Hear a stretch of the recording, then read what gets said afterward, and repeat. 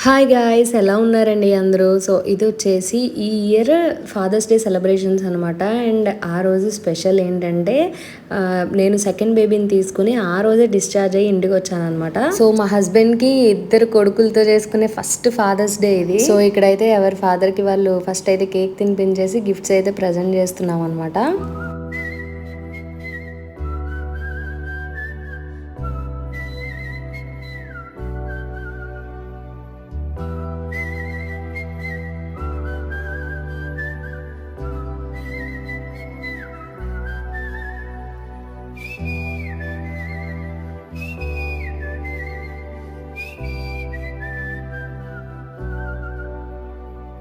నా సూర్యుడివి, నా చంద్రుడివి, నా దేవుడివి నువ్వే, నా కన్నులకి నువ్వు